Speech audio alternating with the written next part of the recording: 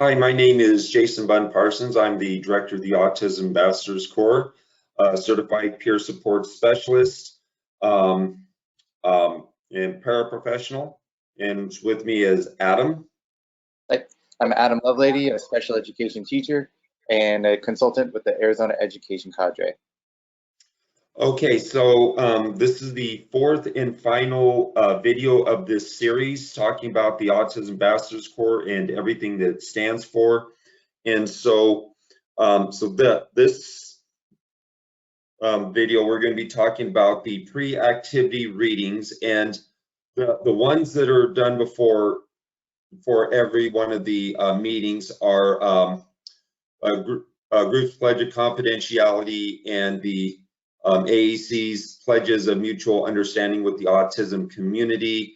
As far as the group's anti-hostility pledge and in the other two here, those don't get read before each one of our meetings, just for time constraints. But as far as when we do topical discussion meetings, which I'm planning on doing starting this month, third Saturday of this month. Okay, those will be read because when we start talking about a lot of these controversial topics, we definitely need to make sure that that we have a constructive attitude going into these conversations, so that way the meetings don't become self-destructive, which in my opinion most venues today, especially on social media, are inherently self-destructive because the fact that these pledges are not made between the different groups, whether you're talking about racial issues, you're talking about left versus right issues, whatever it is. Okay, so it's not just the autism community that has these issues. Basically, our entire social media mentality, and it's bled off of social media and into how we deal with each other in the real world. These pledges are completely contrary to the new status quo, and then we wonder why we can't solve any of our problems. We wonder why so many people are afraid that civil war in the United States is inevitable because we can't stop it. Well, if everybody takes these pledges, and means these pledges, I guarantee you there will be no civil war here in the United States or anywhere else in the world. Okay, so to go ahead and start off, Adam, if you would go ahead and read the group's pledge of confidentiality for me, please. I vow to be sensitive to all personal issues that are discussed at all AAC activities, so that those who are sharing can have absolute confidence that their secrets won't become public knowledge. And because we don't view autism Asperger's as something to be ashamed of, the AAC doesn't host anonymous activities and as far as talking about adults we see at these events. However, the anonymity of minors will be mandated, as well as those whose legal guardians request such protection. Okay, and so yeah, that's the starting point of understanding my perspective of autism, and that I'm trying to infuse into the autism community. We have absolutely no reason to be ashamed of our neurology. It is what it is, and yes, I struggle with with a lot of with a lot of things, especially in the area of executive functioning. Adam can tell you how often I'm running around the classroom. By the way, if you haven't watched previous videos, I work under him at Emerson Elementary. Okay, he can tell you how many times I'm running around the classroom trying to figure out where I set my glasses down multiple times a day. Okay, and yes, I'll admit that it is kind of annoying that that my personal organizational skills are so are deficient. Let's not sugarcoat it. I'm very deficient in my organizational skills. However, just as somebody who's blind will develop increased sense of hearing to compensate, so my my neurological deficits force other parts of the brain to step up and giving me greater gifts and abilities in other areas. Most notably, that is in my capacity for memorization. It's like, wait a minute, you just said you can't remember where you put your glasses down. Well, if you have a more proper understanding of the of how the brain works, remembering where you set stuff down, that's part of your organizational skills. That's the frontal lobe of the brain, executive functioning. Okay, that has nothing to in what people refer to as short-term memory. Okay, that has nothing to do with the other parts of the memory of your memory, which are often referred to as long-term memory. Again, these are antiquated concepts that people continue to use, and if you want to use them, that's fine, but you're not going to have an accurate understanding of how the brain works if you're continuing to use these antiquated concepts of there being short-term and long-term memory. Okay, because that's that's overly simplified. Okay, but anyway, so yes, I do have a superior capacity for remembering things, and so if we're going to try to figure out how to invent the wheel, okay, what I'm going to do is I'm going to remember that I've seen 6 or 8 people attempt to invent the wheel. I'm going to analyze what they did, what worked, what didn't, and then I'm going to design a hybrid wheel specific for your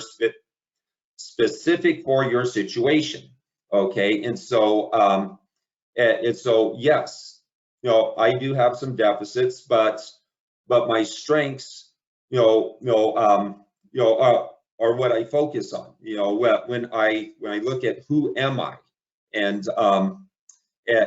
what I should think about myself. And so Adam, yeah, you've been working with autistic children for 13 years, and you've heard them express their viewpoints of what they think about themselves and their neurology. I've heard them, make these comments myself in the 2 months I've been working under you. Well, would you like to describe for yourself the attitudes that the average autistic, K through 8th grader has expressed to you over these years? Yeah, well, I would say it is very individualized and it's specific to each student. Working with kids in younger, K through 8, it is still really a development of identity for all kids. It's not autism or not autism. So a lot of kids do have, especially right now with everything that we've been going through. We've been talking a lot about this larger traumatic the experience that all kids have been going through with going to online schooling, and this really huge divide in all social skills and all social ways. So all kids are going through a lot right now. And what that means, especially for students with autism, is they've created their own ways that they feel comfortable that are even further away from any sort of social gatherings or interaction. So a lot of the times kids who do have autism, they like to play video games. They get so into the world of video games, it's really, really hard to get out of that world of video games, or whether it's the phone or watching YouTube or other things like that. For a lot of neurotypical students, you might see them, oh, okay, I have to put my phone away. I don't like it, but I'll put it away. Where students with autism, it's become almost like a safety blanket for them, that technology, and they really want to be a part of that world so much, and it's so hard to be and connect in the actual world that we're in right now. But when it comes to them talking about their own autism, really, I've had some students that have felt empowered by it, but I've had a lot of students who are really confused by it, who really don't understand. They see their differences, but they don't fully understand what those differences mean. And really what it does is they want to not be a part of a lot of things because it's very uncomfortable for them. It's a world that is uncomfortable for them. And so it really does help to have conversations to help them recognize what's other people just being, unkind, or what's, the average, typical, or what to expect, because you really do meet kids who are testing boundaries, I guess is probably the best way to say it. Right, yeah. And how can you make sure that you're navigating it in an appropriate way and not holding on to a lot of trauma even from that as well, when kids being unkind and all that. So one of my duties is to provide one-on-one support for some students who do spend part of their day in Gen Ed, and there's at least one student that's had some major issues that has resulted in some major conflict. Actually, two of them have, but one particular has had, some. Actually, both of them have had their, anyways. But in any case, I'm wanting to deal with this subject. That's why we want the first monthly discussion group for this month. Is talking about these social skills from a standpoint that's, okay, we talk about person first language. You need to use person first. Okay, well then let's actually take a person first mindset to this. Okay, these, the two boys are middle schoolers. Okay, okay, let's talk about what middle school kids are dealing with. And all the all these new chemicals are kicking up in their brain, causing them to have feelings they haven't had prior, and acting on these feelings and all this other stuff. And so yeah, that is a very important point that you bring up, is that especially when we're talking about our middle school kids, which I think about half of our class, even though officially it's 4th through 8th grade, at least half of our class is 7th and 8th graders, maybe even more than that. Well, how many 7th and 8th? How many of ours are 7th and 8th? We're good split. We're about half and half. Half and half? Okay. Yeah. So anyways, but so yeah, there are these difficulties, and so but I have heard at least 3 of the boys say specifically, and yes, all of our kids are boys. We have no girls in our classroom, which actually one of the boys is annoyed by, I want to spend time with girls, and it's like, well, you need to improve in some areas before you can get into gen ed classrooms, and so so that gives them some incentives to improve in those areas, so he can go into gen ed classrooms. He wants to hang out with some girls, and I understand that, but anyways, but yeah, at least 3 of these boys I've heard straight up, say that they hate their autistic neurology. Okay, and I can definitely, I can understand why, and I'm trying to be part of the solution, but like we were talking in previous videos, my job description, requires me to do certain things, and it doesn't always leave me the flexibility to respond immediately, to this boy saying, hey, I'd like to, spend more time with girls. We were in the middle of transition at that time, so I couldn't just take him aside to have a 10-15 minute conversation about, okay, well, if you want to go into gen ed classrooms, you can be hanging out with girls, part of the day. Well, what are you going to need to improve in so you can be in those classrooms, and so it's so yeah, that's one of the challenges that I face is I want to impart this insight, but my job duties doesn't always give me that flexibility to take those opportunities when they pop up, just out of nowhere in the middle of transition when I can't act on it. So anyways, want to give a last comment on this before moving on? No, I think the big part for this one is the confidentiality piece, and that we want to make sure that in the meetings that we have, that there is this honest and vulnerable conversation and dialogue, and that's in a way that we want to make sure that we're respecting people's thoughts and opinions, no matter what they are. So I think that's a good way to start the meetings always. Yeah. Okay. So then moving on to the next section. Okay. One of the things that I figured out, shortly after I started attending autism meetings is, that the biggest problem I see in the autism community is that autistics meet here, parents meet here, professionals meet here, and they're all frustrated with each other because there's no direct dialogue between them, and so there's all these misunderstandings. And so I really believe that we need to create a non-confrontational venue where we can talk about these things. And so like I mentioned in at least 2 of the previous videos, the story about 15 years before I got diagnosed, so mid-90s, I was a Sunday school teacher in a kindergarten class, and it was Promotion Sunday, which we always did the last weekend of, or I'm sorry, the first weekend of September.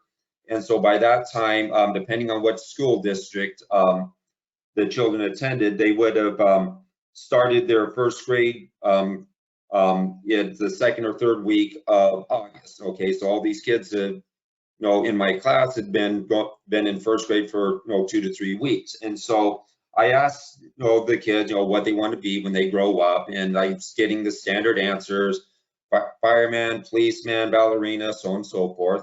And then this one boy raised his hand and said, I want to be a paleontologist. And I was looking at the other aides, and we're just like, huh? And then he proceeded to explain what a paleontologist was, like he's reading from the Webster's Dictionary, and we're still like, huh? This kid just blew us all out of the water. And so time came for parental pickup, and so I called his mom over, to talk to her, because I wanted to tell her about this, expecting her to be so proud, that her son just blew his teachers away. By at that moment, he was the smartest kid in class, because we didn't even know what paleontologists were at that time, and so and when I first called her over, she had this look of horror in her face, like she was expecting me to say something bad. Okay, so then I told her the story, and she breathed a sigh of relief. At no time did she express any parental pride in what her son had done, and it really, and so when I started thinking about the autism basket and all the frustration that the autistics have with their parents and teachers, it dawned on me that the problem is that we're not meeting in non-confrontational environments. The only time we get together is when there's a problem with something. Your kid is driving me crazy. Well, you're a lousy teacher, and that's the only time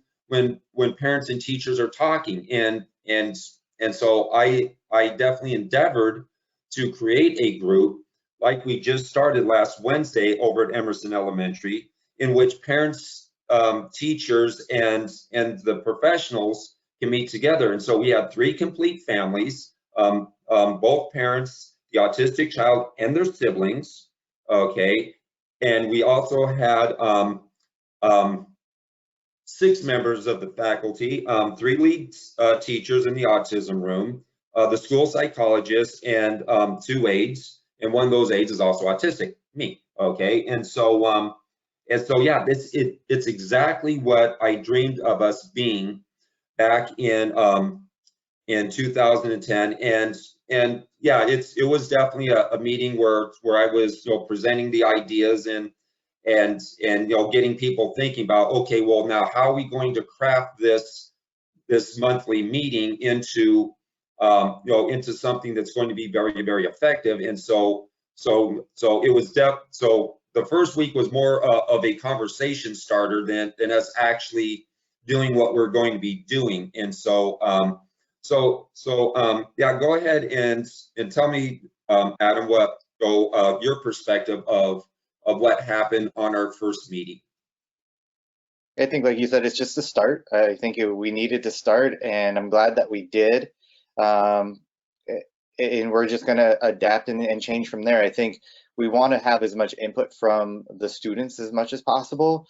So I want to make sure we're empowering them to be able to talk. I could see also parents getting used to this idea. So getting used to the idea of talking about their kids. And we want to make sure that it is always on that positive and constructive conversations, because quite often it does end up being the deficits as the focus, and we want to make sure it's always on the strengths as the focus, because that's what's going to push them forward, push the students forward, Mm-hmm. push the families forward.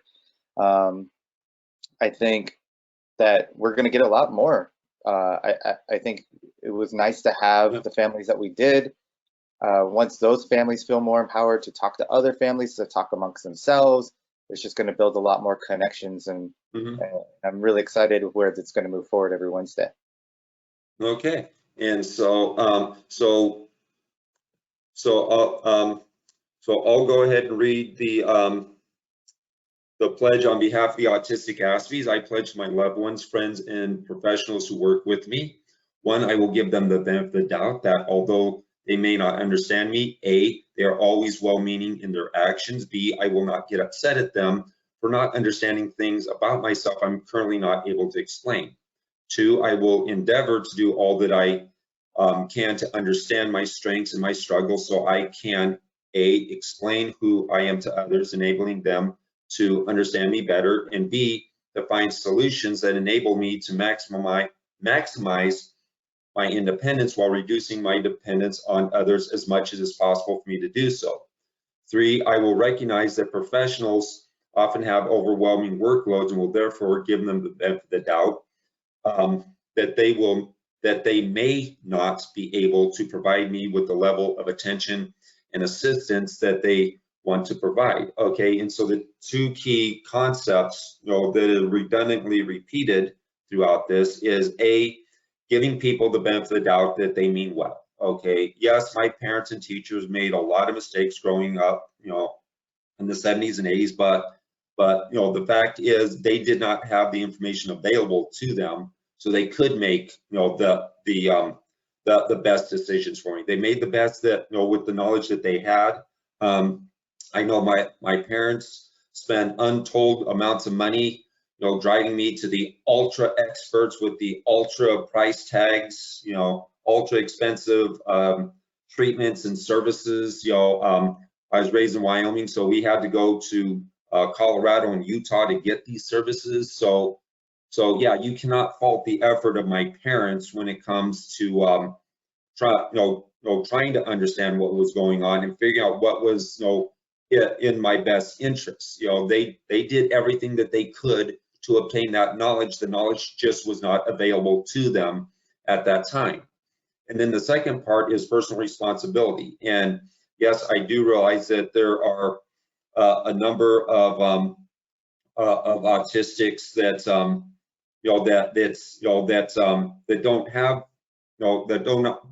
do not have my level of communication.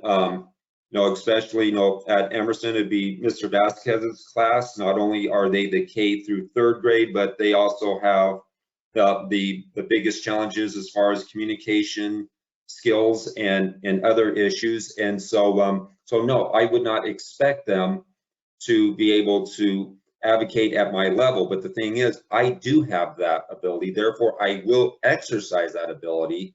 And I expect the people around me to grant me that opportunity to exercise my abilities and not just simply, shut me down because they're used to dealing with autistics who don't have my abilities, that they're not going to give me the opportunity to express mine. It's a few years ago they did this this study on what percentage of the autistic community is contemplating suicide. Autistic teenagers contemplating suicide. So what they do, they ask our moms, like, you don't need to ask my mom anything. I'll tell you about what's going on in my head.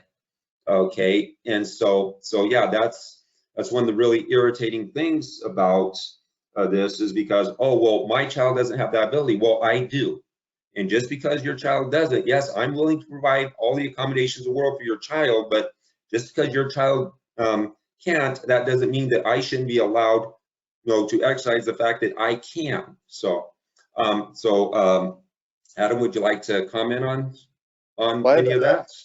So my question is that when you were going to the experts and you guys were driving these long distances, did you know why at that time? What was going through your mind before when you were going to those experts? Yeah. Well, one of the biggest issues that I had actually, I still do have, to this day, is bowel control issues. Okay, gastrointestinal issues, which I've now figured out after all these years that yogurts, just regular yogurt, doesn't need to be the super expensive one. It can be the cheapest one on the shelf. The probiotics in the yogurt, is what I needed all along. But yeah, but also keep in mind that I was adopted. I've since been reunited with my biological family, but nevertheless, so when I'm talking about this stage of my life, I'm talking about my adoptive parents. Um, you know, that they didn't actually even have all the background information on me. Okay, I was behind on my social skills and language skills.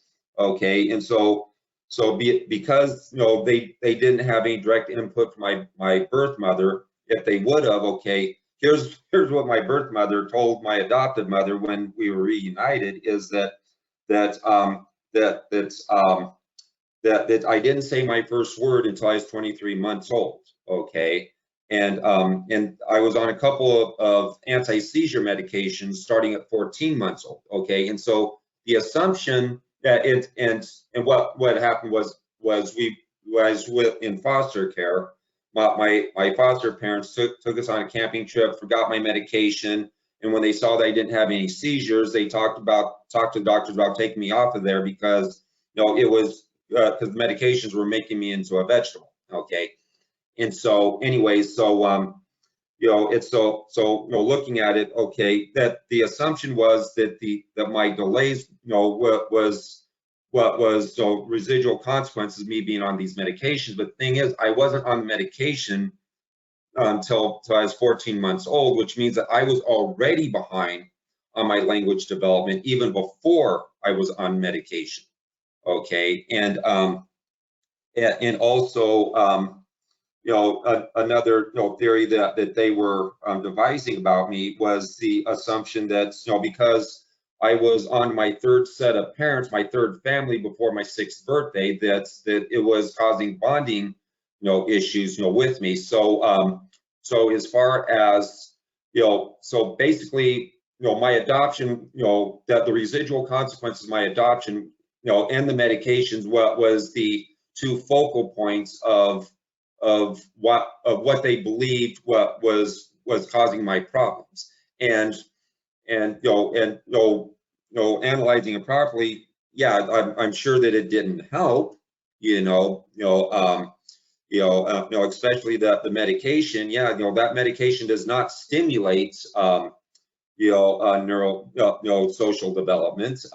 We can definitely say that for sure. So, but it definitely was not the sole cause of my deficit. So even if we did know everything about autism back then that we know today, it's possible that it still would have been pushed aside because of the assumptions that everything focused around the adoption and the medications. So.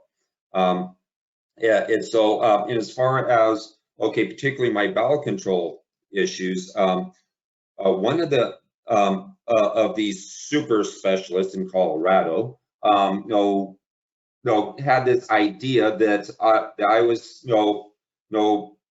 having bowel movements, defecating my pants as a way to say, bleed the world. Okay, it was a act of repressed rage, and that's how I was lashing out at the world, was by deliberately doing this. Well, the thing is, I knew for a fact I wasn't deliberately doing it. Okay, and what I was trying to explain made no sense to my mom because they didn't have this information. But basically, the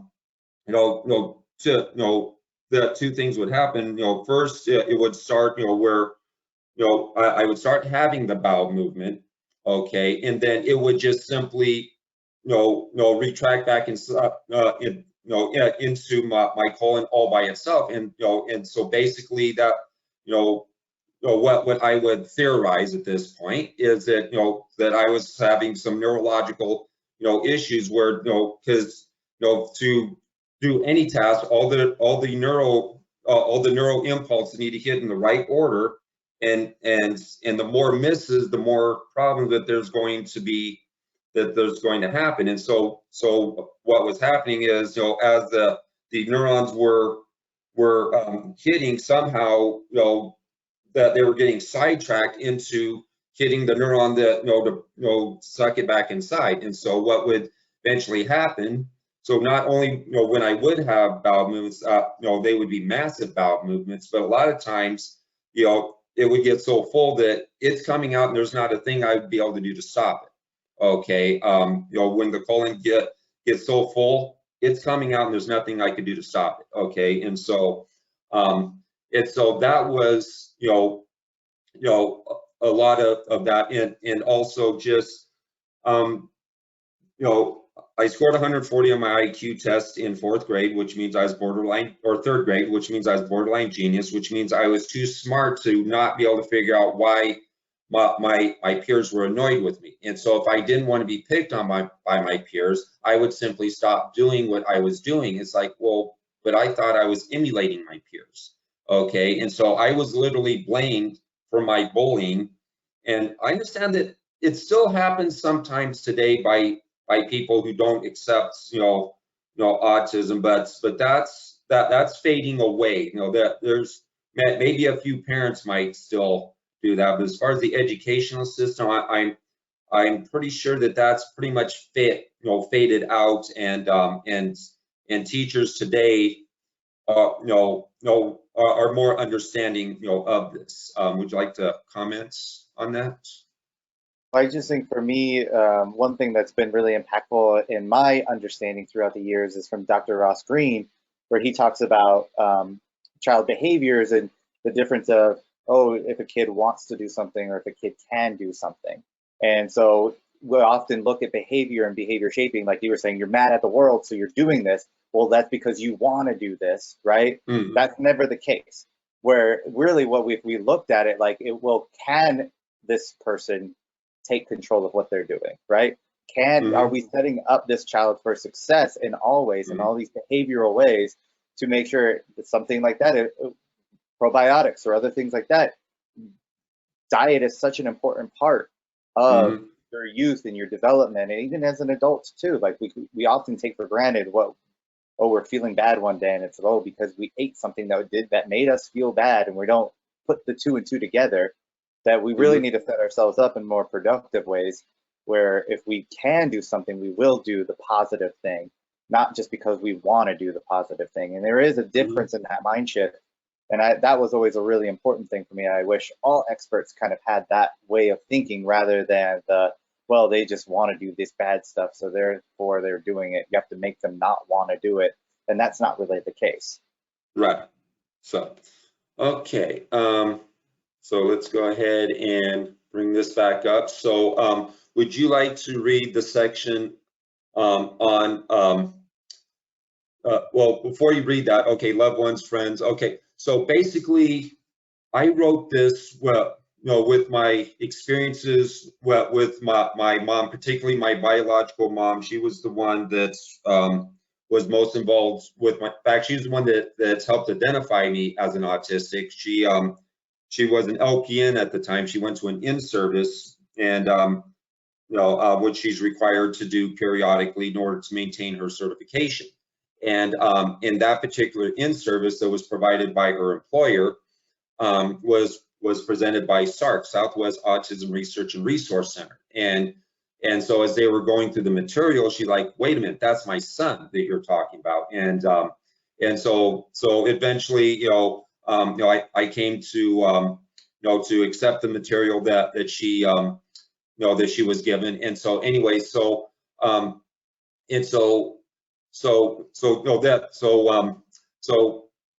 I was writing this, I was thinking about not only what my mom did right, but also some things that her and I needed to come to an understanding of, post-diagnosis, because getting my diagnosis didn't automatically change who I was. It changed our understanding who I was, but I was still the same person that I always was, who did have some successes in certain areas. I did have a lot of failures in other areas, okay, but the fact is I did have successes in certain areas. And so, anyway, so go ahead and read each of the pledges one time so I can comment on them individually. I pledge to the autistic Aspie that I am personally invested in. I will give them the benefit of the doubt that they are sincerely trying their best to succeed at whatever they are endeavoring to do. Yeah, this is one that my mom absolutely dug her heels in on when dealing with a lot of relatives that's apparently were saying negative things about me because of the fact that yes, I was having employment struggles and all this other stuff. But what she did was she saw beyond that there's more to that. That I was always volunteering to help my church, volunteering to help refugees that came here from other countries. And so, yeah, it is true. There's no denying that I was struggling vocationally, but she could see past those struggles and realize how much good that there was in me and a lot of good that I was doing. And that was just as important or even more important when understanding who I was than just the fact that I was struggling vocationally. So, number two. Number two, when they are trying to explain themselves, I will not reword what they are saying to conform to my preconceived notions. Okay, this was one of the things that I got a bit frustrated with my mom about post-diagnosis because she's reading all these books. She wanted to know everything. And the thing is, she got so focused on the perspective of these experts that she wasn't always giving me the chance to say to give my own perspective of who I was personally. Okay, and so that's one of the things that I remember one specific situation where I was trying to explain something to my oldest niece. She was probably mid-20s at the time, about my autism, and my brain got stuck in trying to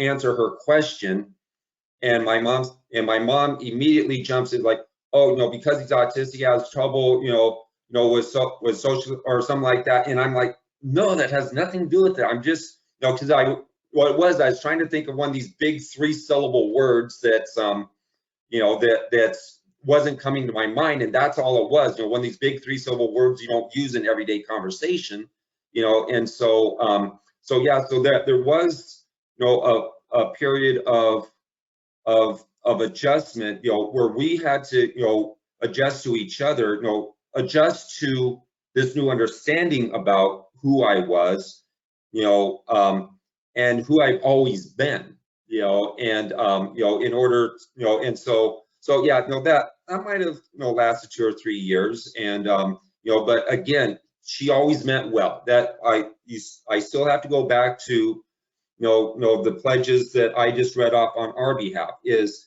that even when she would frustrate me by doing stuff, she always meant well. I was her son. She wanted to understand me. She wanted to support me, but there's just, but yeah, she would just, make mistakes, and so we just had to, to work that all out. So then number three. I will support the goal that they have for themselves and not just push them into the assembly line solutions that the professional experts sell. Yes, and that's another thing that my mom is very good at is supporting my right of self-determination, to choose my own path. Okay, and yeah, and that little line at the end, the professional experts sell, a lot of these things are very, very expensive. Okay, and the reality is, yes, a lot of professionals are in it for the right reasons, but because money is involved, and I don't care, anytime money gets involved, there are going to be people that are going to be showing up wanting to get rich. Okay, and I'm just saying that as a general statements, that I'm not making specific allegations against any specific person or organization, but I will point out that that money, that can be a very corrupting influence, and there are, and like that's, quite frankly, the quack of Evergreen, Colorado, the one that was trying to say that I was defecating my pants because because of repressed anger, yeah, I'll call her out, but yeah, that's something, when we're talking about all these solutions, a lot of people are making a lot of money, and you need to realize that there is an inherent conflict of interest, when we're talking about any program that is so bloody expensive that only 0.1% of the autism community can even enroll in those programs, and so, yeah, I know it's, so anyways, would you like to comment on any of those three at this point? No, I think we're in agreement there. I think the pledge to professionals, I think, will be something I'd like to talk a little bit more about. Okay, so go ahead and finish reading. Yep. Okay, yeah, this is still part of the pledge for the for the parents. Yep. So go. I pledge to the professionals that work with the autistic aspie that I am personally invested in that I will recognize that they often have overwhelming workloads and will therefore give them the benefit of the doubt that they may not be able to provide the autistic aspie I'm personally invested in with the level of attention and assistance that they want to provide. Okay, and so basically, yeah, so yeah, let's go to the professionals and talk about that. Yeah, well, I would Yeah. So we just had a meeting with our social worker this last week, and they showed a survey within Arizona with teachers throughout the valley. And back in 2019, they were talking about their stress levels and where they're at was more at like 10%. And right now, it's at over 90%. So just through this pandemic, the stress levels alone of just the pandemic for all teachers has gone up exponentially. And so when we also think about what that does for all people, I know this is a pledge from parents to professionals, but also professionals have to understand too the pressures and the stress that parents are now going through from working from home, from having your child being at home. This is a great time for us all to be more connected in a way where, look, I understand the struggles that you have. Way better than we ever did, because you've never seen your child at home trying to do school for a full school day, and seeing it wasn't the best environment for a lot of families. But I do think that there is a little bit more understanding from all parts of, wow, this is a difficult job to educate all kids, and then also then finding individualized education for all kids within an autism classroom is even more difficult. So I think that alone gives us kind of a little bit more empathy and understanding when we talk about these pledges that we're setting for each other. Okay. So, all right. And so, would you? Okay. Think about why I added on this pledge. I was actually thinking way back in my my days where I was volunteering, to help refugees. I actually did I spent a day, driving with one of the caseworkers for one of the sponsoring agencies, and and I was talking to her, and I was seeing, what kind of a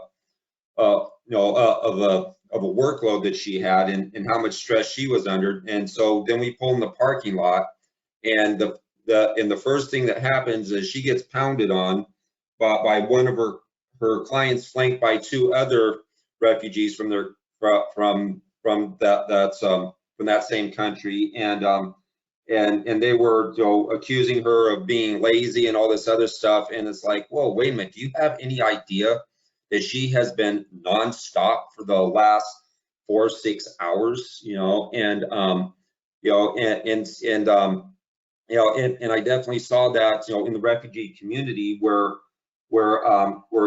these refugees had needs and they weren't being met by their caseworkers, and they were demonizing their caseworkers, and a lot of times they would go and get jobs working for a rival sponsoring agency. And I remember this one particular guy you know, he had gotten a job working for a rival, and he said that he's going to give, you know, his countrymen the support that he should have gotten when, you know, when he came to our country, and he then quit 2 weeks later when he realized he couldn't keep that promise, you know. And so, yeah, you know, and I actually, you know, had a spat with somebody that was bashing the school system. Like, do you have any clue? No, why don't you go and volunteer? I've actually had this spat with a couple of people.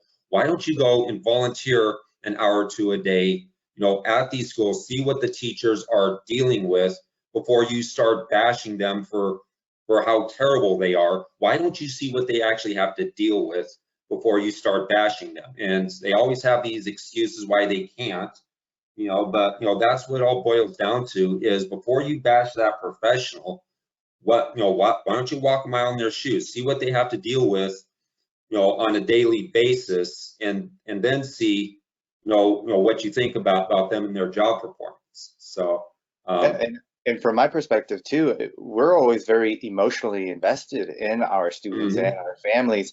And when a student might have a bad day or there's some behavior things, you know, we always want to control and we want the best. We can't control everything within an environment. It's just not possible. And it's not something that we right. can do in a way where a lot of times kids actually need to experience challenges in an environment. Even if I had the most like sensory perfect room that was always there, no fire drills, no Yeah. changes in schedules, nothing like that. Even if I had that room, there's still going to be issues within it. But I Right. think that there's the main thing for me that I feel like I want parents to know and to understand is that it does have to come from their child, from their student. They are the ones that know their environment best. I can put on whatever I think about it. We can provide a structured learning classroom where there's communication of what you're supposed to do in this area, what you're supposed to do in this area. But I want a student to be able to take a craft area and make it something that they want to do. And I think that that's kind of what you're talking about with all of these here within the professionals is the perspective of the autistic and the ASB. This is something that I want more of. I don't want to just put what I think is on it, but we need more from the community in that way. And we need more communication in all parts. So that's why it's neat to have all of these different members within these meetings here. Yeah. And so, so go ahead and read the section for the professionals. Okay, I pledge to the autistic ASB and those who are personally invested in them that number one, I will not take it personally when they are expressing their frustration with the system. Just go ahead and read all three of them.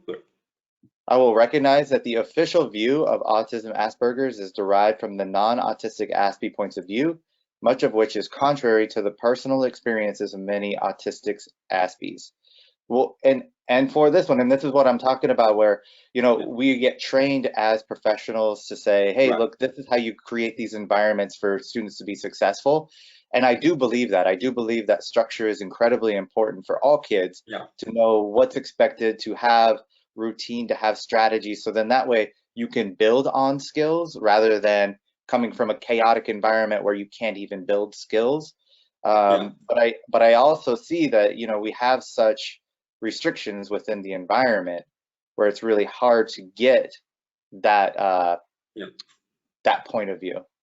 Yeah, and I would also say that, you know, based on my personal experiences, the older and more experienced the teacher is, the more open they are to alternative ways of doing things other than the textbook. You know, these younger teachers, therapists, whatever, you know, they work so hard to get their master's degree or bachelor's or you know, whatever their college degree is, and they put so much stock in it, you know, that some of the younger ones aren't always as open, to alternative viewpoints, to what the textbook says, and so we definitely, we need to be understanding of them, because they just got done with 4 to 6 very tough years of their life, trying to learn all this book knowledge, have it all shoved into their heads, as quickly as possible, and and yeah, they should take pride in the work that's that they had to put in to get that. But and so when we we do need to be sensitive when we're challenging the textbook, as far as yeah. Well, would you like to just comment on what I'm trying to express? As somebody who's gone through that, you were a new teacher a long time ago, and now you're not so new. Yeah, well, I think that you hit it with the experience piece, because the more you meet different students, the more you have kind of a little bit of, we call it the teacher toolbox, right? That's kind of a Yeah. stereotypical where I might have had a student who in the past, oh, well, this worked for them, maybe I can try it, because that's really what it is. A lot of the time it is trial and error until you can figure out what it is that they need. There are the basics that are always going to be there when we think about interest and working through interest or working through strengths, all those things, but that could look so different per kid. So it's like, well, let's try this one, let's try that. And I mean, I've had students in the past where just working through a schedule, trying to get a schedule going for one kid, it took me a whole school year to try and figure it out, because we tried so many different things. And the closest one that we ever got to working, it worked only for a couple of weeks, was he loved maps and he loved the light rail. And so we made his schedule the light rail map, where it was like, all right, you're going to start right here. This is your first location. Your next stop is, we're going to do this. You're going to go to this class. Your next stop is, you're going to go to art. And then everything became that. So at least he went back to his schedule to help him understand what he was going to do in his day. But that took me so many other things to even get to that point. And that's what it is. It just takes time. So yeah. So, and then point number 3. Yep. Number 3, I will support what the autistic Aspie wants for themselves, rather than impose my expert solutions as the only solutions that will work. Okay, so any last comments on that section before we move on? No, I think we covered most of that in a. Okay, so I want to pass over the next section, the group's anti-hostility pledge, for right now. I want to save that for last. So so then going on to the next one, pledge of support of any religious theological solutions that some members may find helpful to their self-improvement. Would you like to go ahead and read that section? No matter what my experiences, religious theological solutions in general, or specific religious groups' theologies, I will acknowledge that many have had their quality of life improved by following such paths. Number 1, I'll allow those whose quality of life has been improved by following a specific religion or theology to freely share their experiences. Ask them if they've been attending activities hosted by their religion theology, if they don't bring it up for an extended period of time. Help them to explore other opportunities to receive support from their religion theology, such as having them looking into to other activities hosted by the adherents of their religion theology. And 2. Number 2, I won't debate those whose religions or theology differs from my own. Yes, and so yeah, there are a lot of people that have had very negative experiences, with Christianity. That is the predominant religion of the United States, theoretically, anyways. I'm not going to go into all that, but yeah, there are people that you even mention God or the Bible, and they absolutely go ballistic on you. Oh, separation church, and like, you know what? The important thing is we're here for self-improvement. Yes, as you can testify to, no, I do not, during either the Tuesday night meeting or the Wednesday afternoon meeting that we started at the, at the school, I don't bring my Bible, I don't preach, theological doctrines, but I do acknowledge that the entire my format was geared at is a reworking of the general purpose 12-step program that I attended for codependency at a church of mine. Okay, and especially, if there are other adherers of Christianity in the group and they're wanting specific solutions, I will be supportive of that. But yeah, there is that, fine line, which I have been called out a couple of times in the Tuesday night group when I crossed the line between being supportive and actually promoting, my theology. And so, yeah, there is, that there can be that, crossing of that line, which I admit that I inadvertently crossed on more than one occasion. And when members of the group say, okay, we need to, bring it back, like, okay, and I respect that, but it's very important that, what it's all about is, finding a path that works for you, and whatever that path is, we're going to support that path, okay? And during this COVID lockdown, one of our members, his entire social structure involved around his Sunday school class. COVID took that all away at the snap of a finger, okay? And so what, I was asking him, periodically, okay, has this church, started having, activities again? Has the singles group started having activities again? And just, checking in on him because I understood how important his Sunday school class was for him getting that support. And if that's where he needed to go to get that support, then I'm going to support him getting that support in that venue. If somebody was getting it from a Buddhist temple, I would be just as supportive. If somebody, a Muslim mosque, I would do the same thing. The issue isn't, whether or not I agree with their theology. The issue is this improving your quality of life? If so, then I'm going to be supportive of you, in that area. So would you like to comment on that? Especially, as far as the Wednesday afternoon, because it is held at a school. And so there is more restrictions, placed upon me because it is at the school, but that doesn't mean that I can't, say, hey, this original format is an adapting of something that I used at church, and so would you like to, comment on this? The focus being on self-improvement. And I think through all the meetings that I've gone through, that you've been holding, that you've been running, I've heard you talk about your perspective. And really what I hear of it is it really gave you a platform to help build your communication and help build your advocacy and your confidence and a lot of other things. The way you talk about it is more on that aspect of it than it is about anything else. So it's never like, I can see how you will talk about it in a way of your own personal experience, but it's not a preaching or anything like that. Right. And everything does come back to self-improvement and tolerance and being, like you said, quality of life, and the bettering of quality of life is what everything does come back to throughout all of these meetings.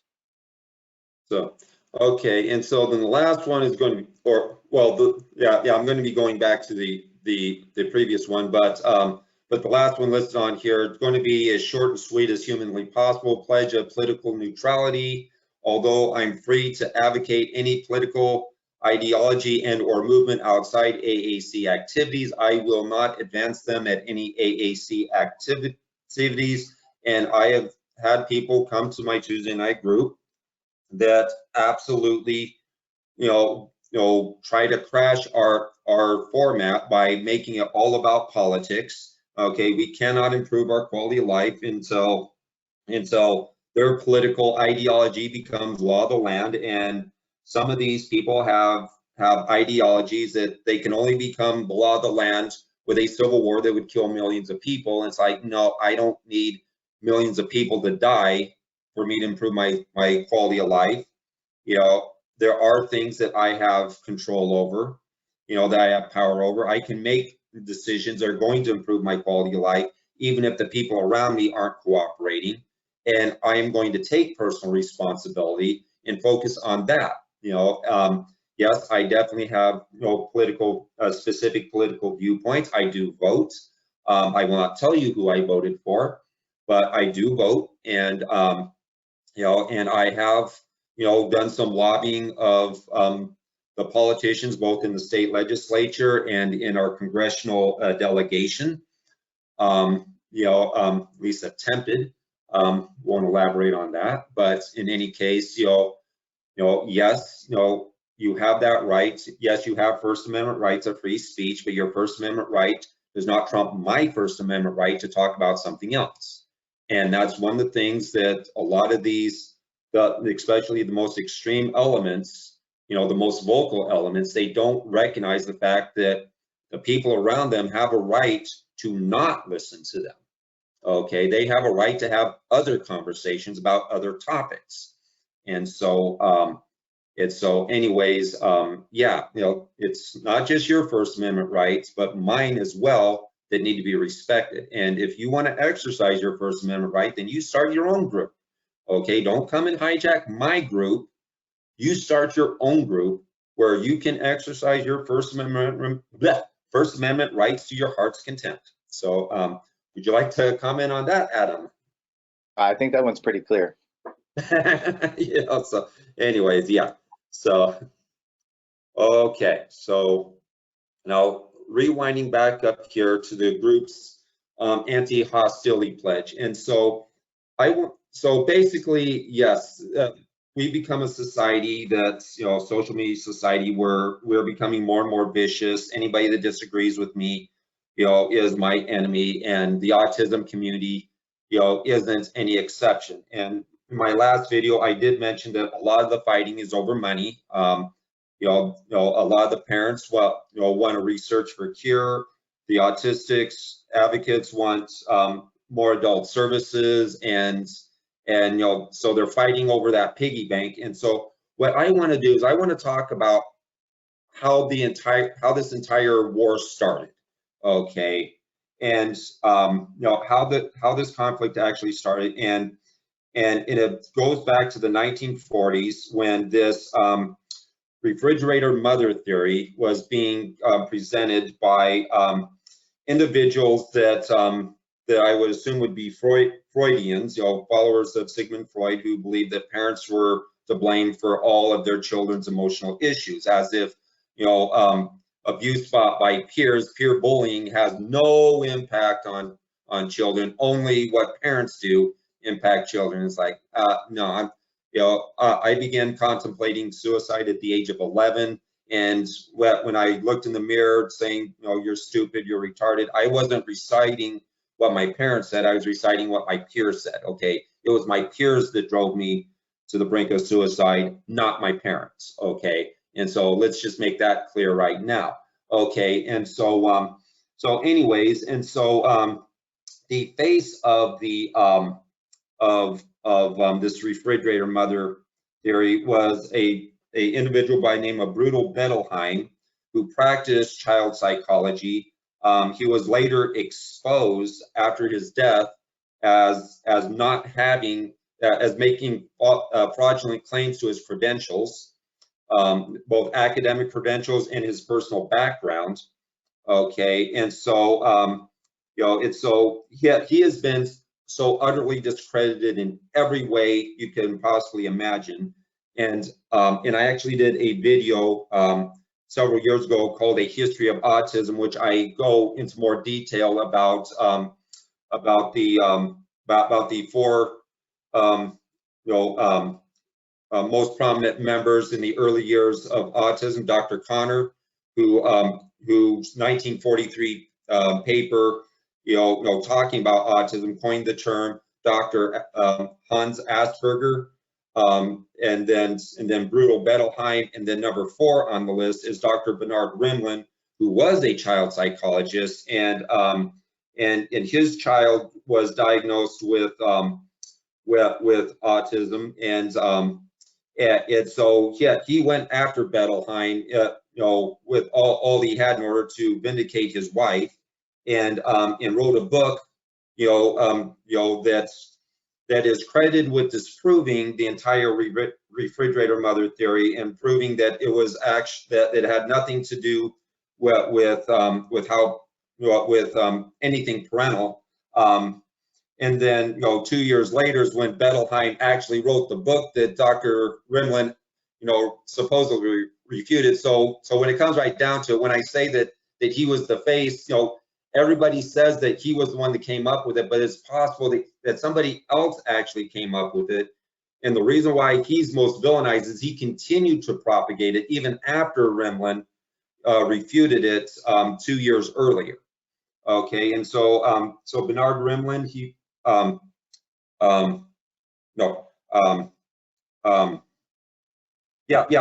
So Dr. Rimland, he went on to form the Autism Society of America, and then the Autism Autism Research Institute. Okay, in the late '60s, and so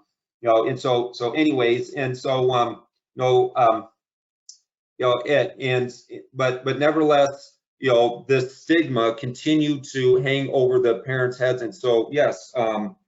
Bettelheim condemned at least 2 generations of mothers, with these horrendous allegations, that they were responsible for their, for their child's autism, and so it wouldn't surprise you that the autism community, all the disability community, the autism community is the only community with warrior mothers, okay, and it's because a lot of these mothers still feel, like they're being judged, okay, and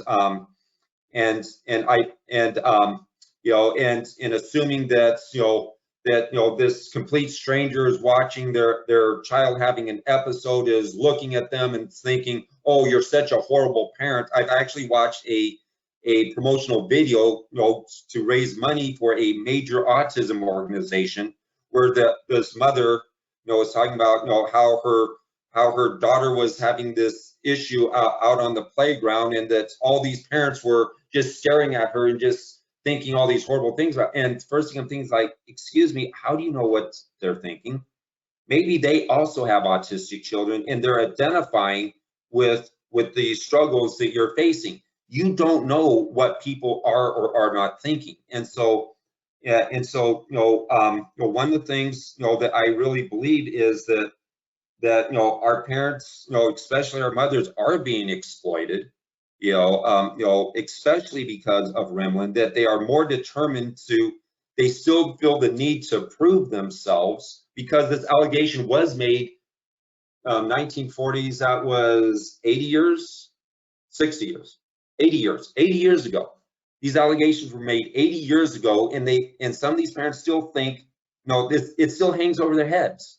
They still think they need to prove that they are not responsible, and it is completely self-destructive. And so anybody, that says anything critical about, that expresses any disagreement with them, and I've actually been accused of, by this one mother of saying that she doesn't love her daughter. I never said that she didn't love her daughter. Okay, she she basically did a takeover of a autism group that was started by another autistic, and was able to convince him that autistics aren't capable of running their own support groups, and so took it over and started molding it into her image of what we needed. And so yes, I told her that that this was a mistake, and she accused me of saying that I didn't love her daughter, or she didn't love her daughter. Like, that is not at all what I said. Okay, and so a lot of these parents are, especially mothers, are very hypersensitive. Any disagreement constitutes, us believing that, believing Bettelheim, and that is simply not the case. So here comes social media, shortly after, the turn of the millennium.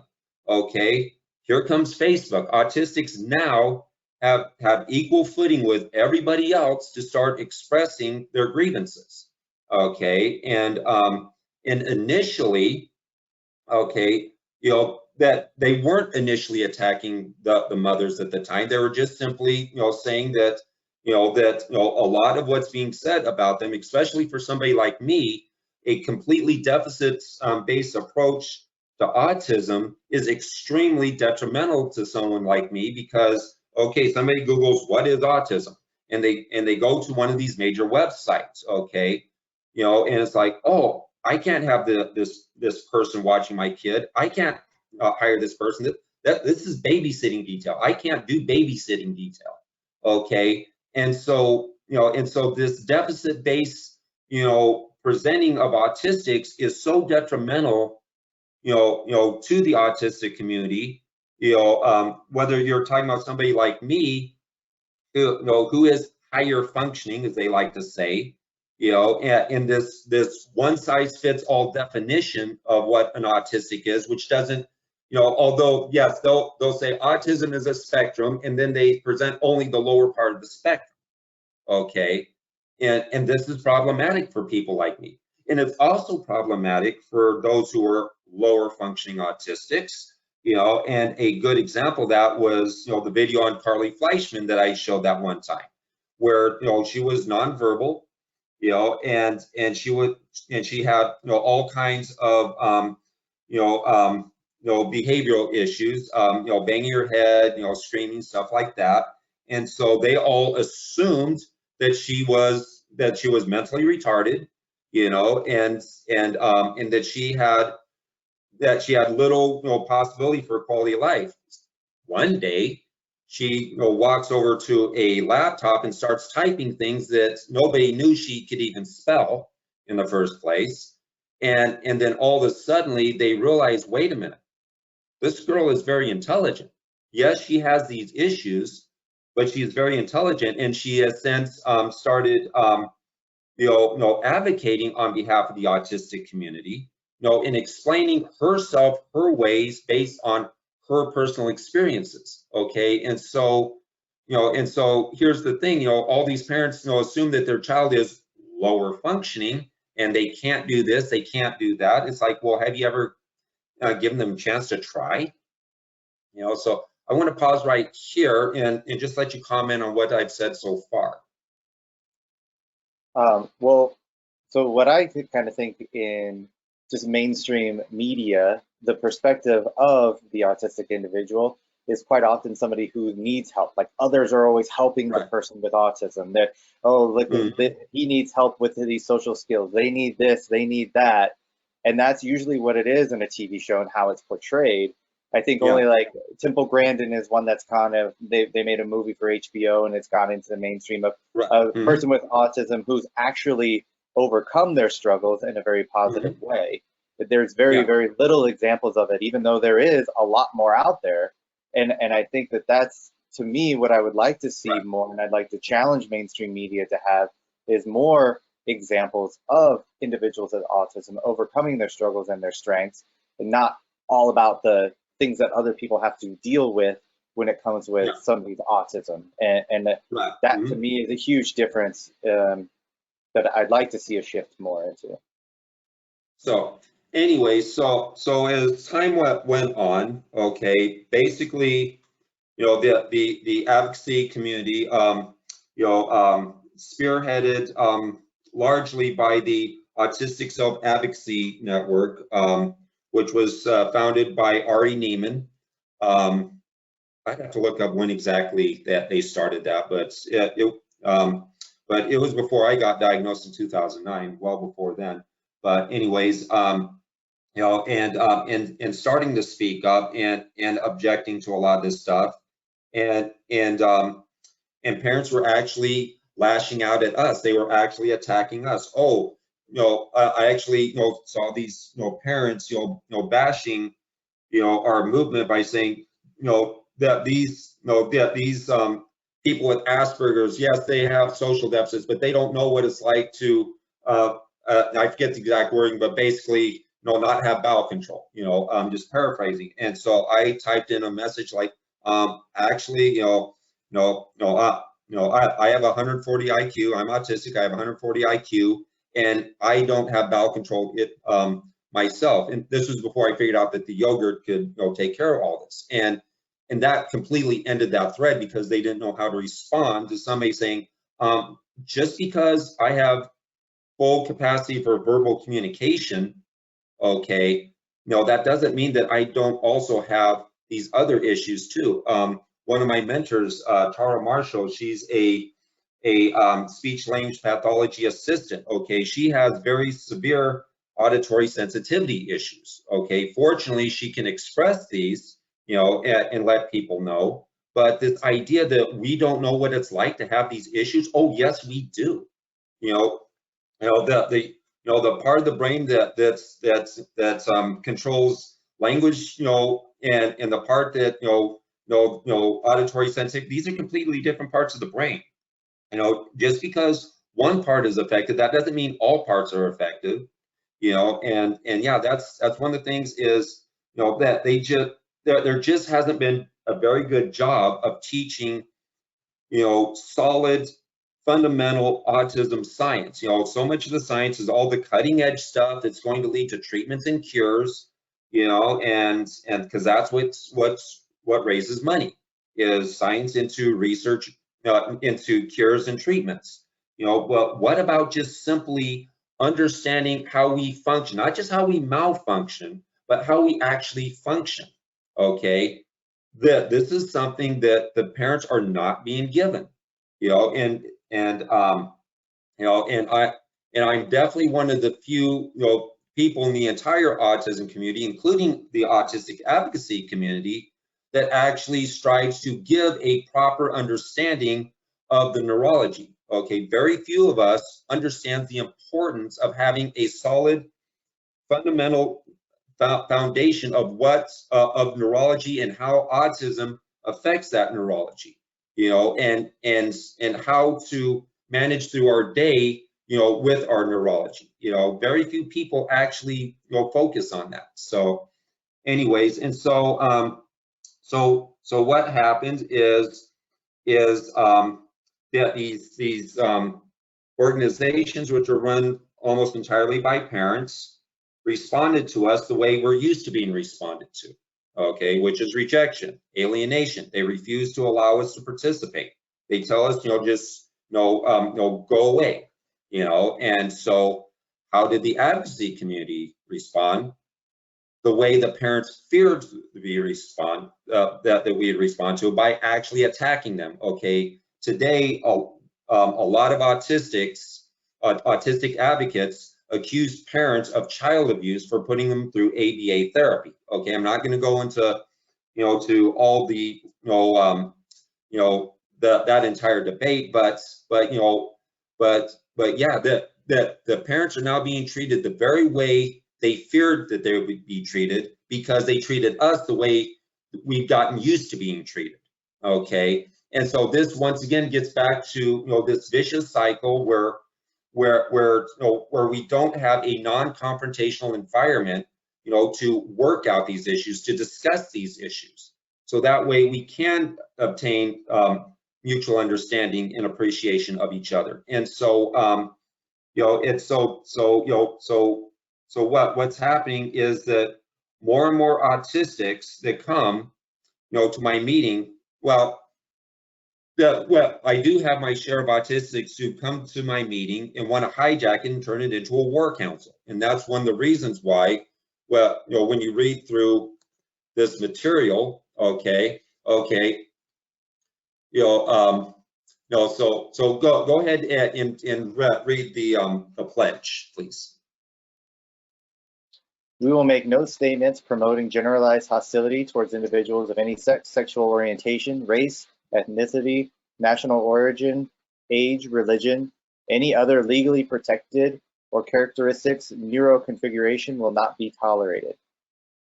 There's a typo in, there's still a typo in there that's that I haven't taken care of, but yeah, I'll get that taken care of. But basically, yes, I just took this from a standard anti-discrimination thing. I forget what my source is, and I just threw in neuroconfiguration right at the end.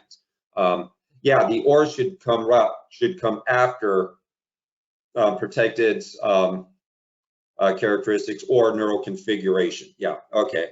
Yeah, remind me to make that change before I put this online. Okay, anyway, so go ahead and continue. There's three primary trends that are occurring at autism ASPE activities that do nothing but reinforce the pain and hatred of the autistic ASPE community. It's for this reason they will not be allowed at AAC activities. Number one, the generalized bashing of neurotypicals. Talking about what certain neurotypical individuals have said or done as well as societal norms you find problematic, is a vital first step for self and social improvement. Generalized statements about how neurotypicals run the world in a way that's detrimental to autistic Aspies isn't. Is there any typos in there for some reason? Yeah, anyways, yeah, okay, so, yeah, this is something that actually happened, that often happens at a particular group. I'm not going to mention what it is, but, it's an online group, and I can't stand to even, stay in there for an entire session. I tried a half a dozen times, maybe not many times, maybe just 3 or 4 times, and all they want to do is bash, neurotypicals, and and the thing is, I was wanting to reach out to this group in order, when we were, formulating these ideas, for the Wednesday afternoon group, seeing, if any would want to come at, and be a part of that in order to, help, give additional autistic insights, and being supportive of autistic children, and and also, the documentary, you're wanting. We'll briefly talk about the documentary that you're wanting to do for us. So right now, what we're doing is we're looking for participants, people who would be willing to be interviewed as part of a documentary, looking and focused mostly on the concept of an autism paradox that Jason, you have introduced me to, where we really want to kind of shine a light more on the incredible strengths that the autistic brain, like it just, there's so many different aspects of how it can look in the world, from incredible strengths of artistic talent, technological talent, engineering. There's so many different things that we want to showcase and to put in a documentary, and that being the main focus, but then also seeing how day-to-day life skills can be a struggle, even with these incredible talents that people have. So we want to collect different people around the valley in Phoenix, and we'll put on film and just kind of hope that it can shine a light on some of these issues within the autism community.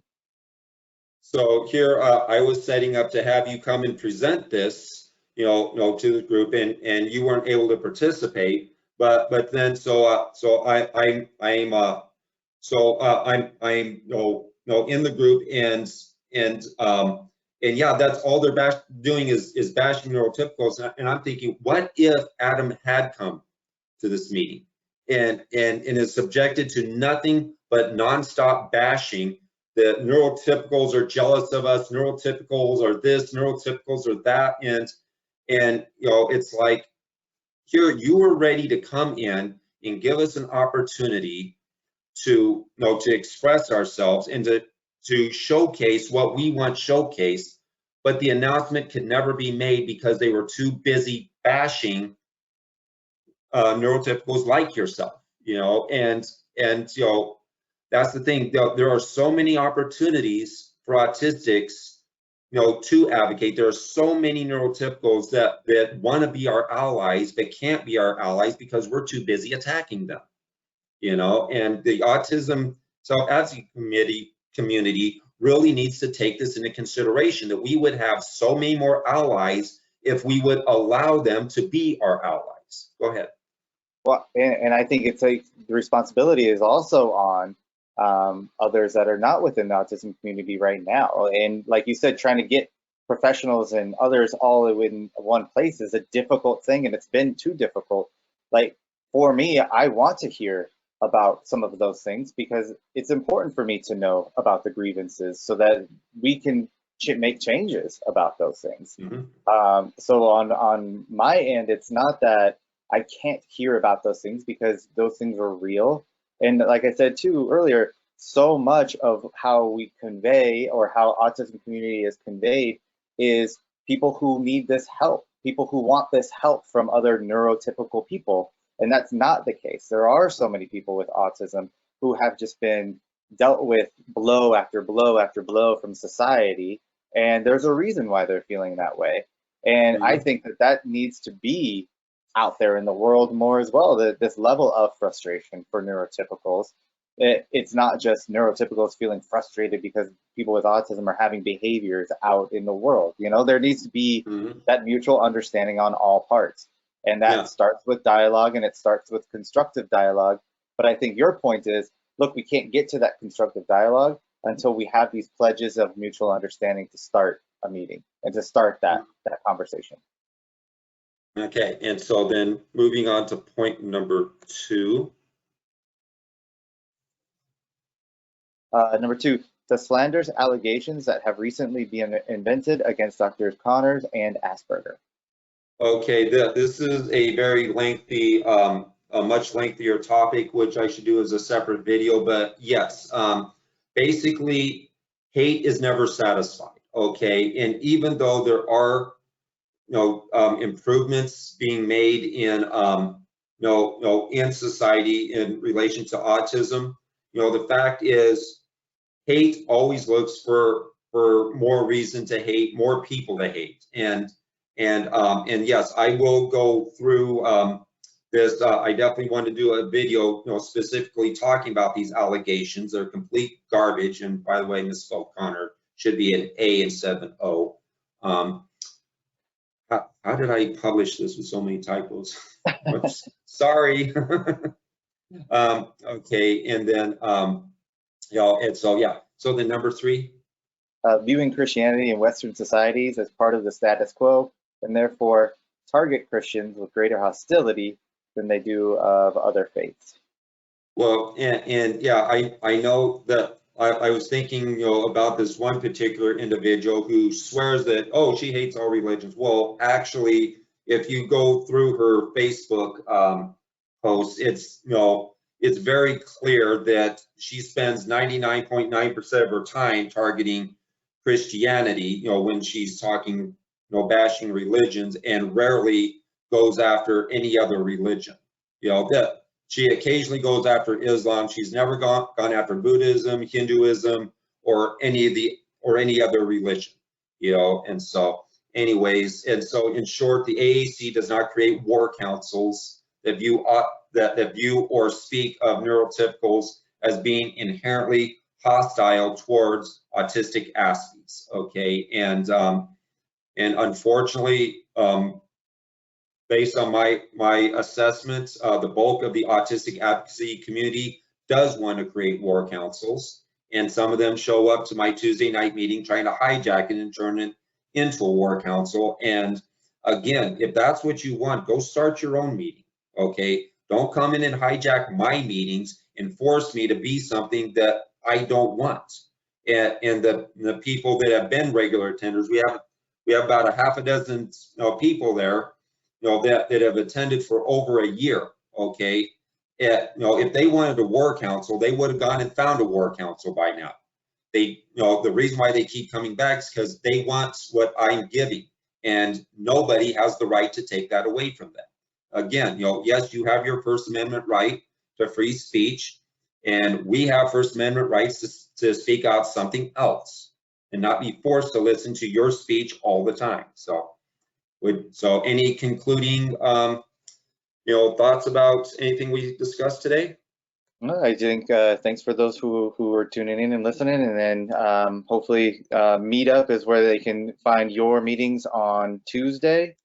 Yeah, and meetup.com. I'll put the link in to the to the description section. Yeah, I haven't done that in the previous videos, but yeah, we definitely would like more people to show up and grow the group. We're training up more facilitators so we can break up into more groups, and we are looking potentially, because the place that we hold the meetings at, Ability 360, only has 2 rooms. There is a third little conference room that we could sneak into that late at night. Wouldn't cause any problems. But then after that, we would outgrow our facility, and so we would definitely like a larger facility somewhere on the light rail line, because one of our members does come by light rail from 10, 15 miles away, maybe even further. Yeah, and I think he actually has to ride a bus to get to the light rail, you know, and then after he gets off, going home, you know, so yeah, so it definitely has to be on the light rail line. And yeah, and we would like to, you know, as we talked about in the second part of the video, you know, start the community center, and so ultimately, you know, that's what we would like to be able to do. And so so anyways, but yeah, I'll put all that information, yeah, into the description, or yeah, the description section, and so hopefully we can you know, grow this and have other schools to be interested in adopting our Wednesday afternoon format. You know, yeah, if nothing else, to just use as a template to maybe even do something even a little bit different. You know, doing things their own way. I have no objections to that.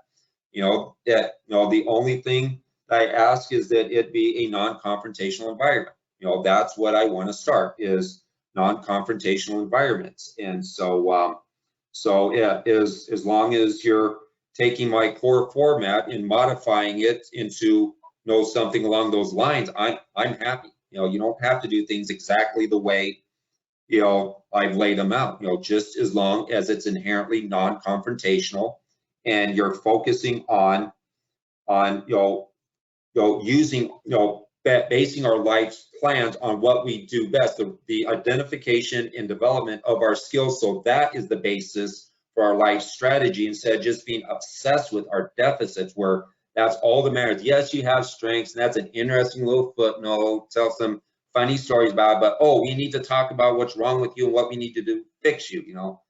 You know, I do realize that we need to develop in some of these areas, but it shouldn't be all about that. We should not be at war 24/7. And when you take an entirely deficit-based approach to autism, that's what you're doing. You're creating a situation where that person is at war 24/7.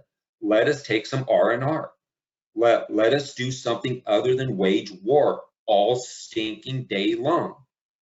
Okay, so anyways, and with that, unless you have anything further to say. Nope. Okay. So right. then I look forward to doing a a topical discussion meeting, which will be inviting the Wednesday afternoon attendees to participate in. You know, and so until then, I bid you all farewell. Take care.